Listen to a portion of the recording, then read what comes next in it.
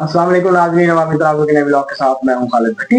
आज के इस ब्लॉग में हम बात करेंगे हंगरी में होने वाले पार्लिमानी इंतखाबात के हवाले से, जिसमें 16 साल से बरसर इक़्तिदार वज़ीर आज़म विक्टर ओरबान की जमात को शिकस्त हो गई।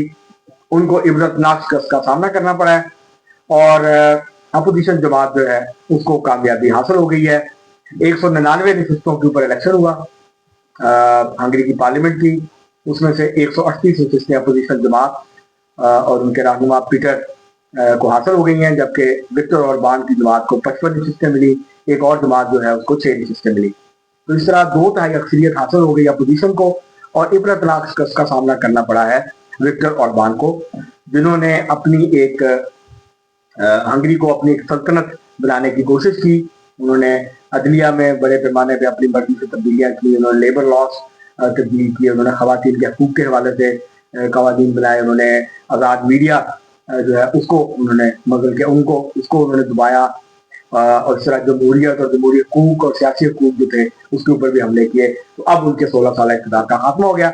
ये कितना बड़ा अहम है हंगरी के लिए, हंगरी के अंदर क्या तब्दीलियाँ हो सकती हैं इसके नतीजे में, इसके साथ साथ यूरोपीय यूनियन के हवाले से ये कितनी बड़ी जो है वो डेवलपमेंट है, जो क्योंकि जो अपोजिशन जमात जीती है वो यूरोपीय यूनियन की हामी है और वो यूक्रेन की जंग में यूक्रेन की हामी है, जबकि विक्टर ओरबान जो थे यूक्रेन की जंग में ये यूक्रेन के मुखालिफ थे, इन्होंने हमायत नहीं की थी यूक्रेन की।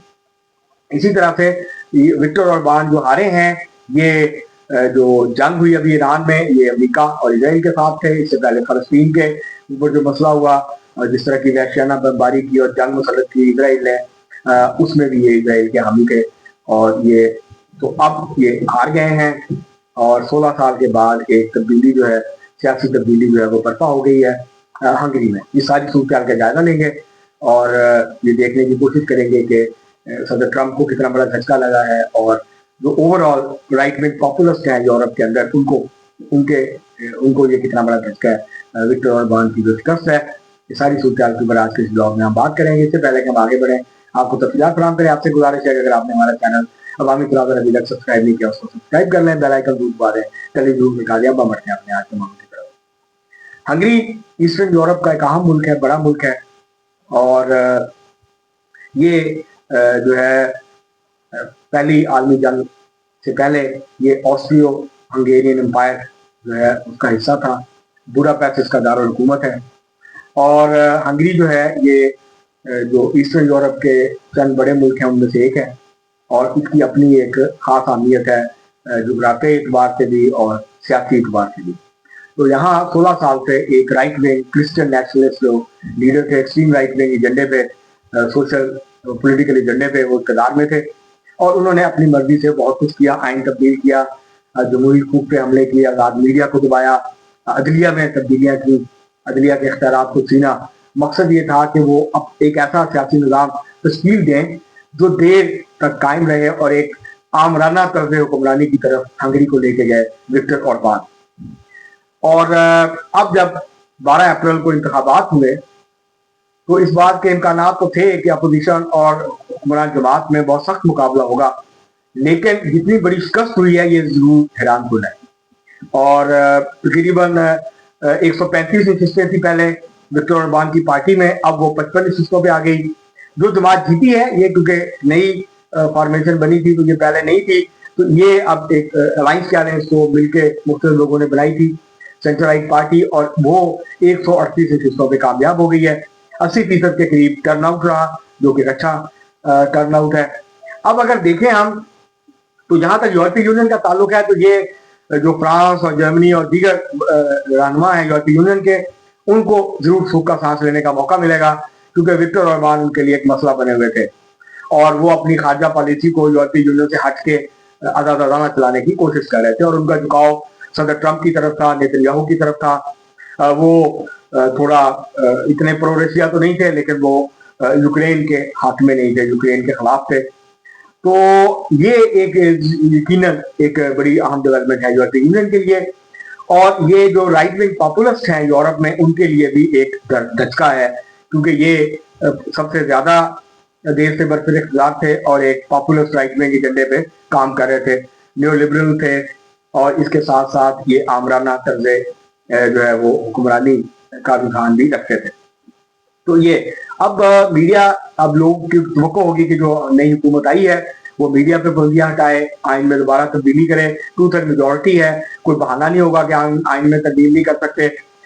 लेकिन ये जो नई हुकूमत है ये भी न्यू लिबरल एजेंडे पे रहेगी, ये भी प्रो मार्केट इकोनॉमी है, ये भी राइट विंग इकोनॉमिक एजेंडे के ऊपर जो है वो काम करेगी। लेकिन जमहूरी और सियासी हवाले से, मीडिया के हवाले से वो शायद ज्यादा बेहतर पोजीशन ले और बहुत सारी जो रिस्ट्रिक्शंस थी उनको हटाए और हंगरी को दोबारा जो है जमहूरी रास्ते के ऊपर डाल दे।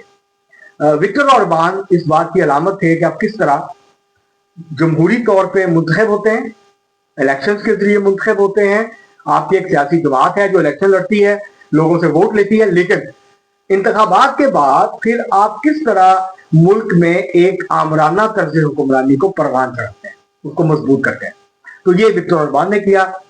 तो अब ये है कि ये हंगरी जो है वो दोबारा होल्ड में चला जाएगा यूरोपीय यूनियन के और उनके साथ मिलकर अपनी खारजा पॉलिसी को आगे बढ़ाएगा। और जो टेंशन थी विक्टर ऑर्बान के दरमियान और यूरोपीय यूनियन के लीडर्स के दरमियान वो कम हो जाएगी या खत्म हो जाएगी कुछ अर्से में।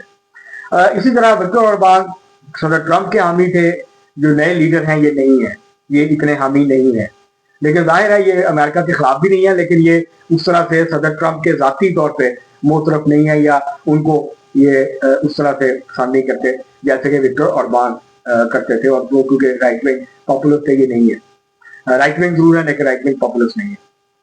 इसी तरह से अब जो हंगरी है उसके अंदर, जैसे मैंने पहले कहा कि इस जीत के बाद आप लोग ये तवक्को करेंगे कि जमहूरी हकूक जो के ऊपर जो कदगने थी हटाई जाए, मीडिया के ऊपर कदगने हटाई जाए, अदलिया को दोबारा से जो है वो आज़ादी मिले, खवातीन के हकूक के हवाले से जो है वो पेशरफ्त हो।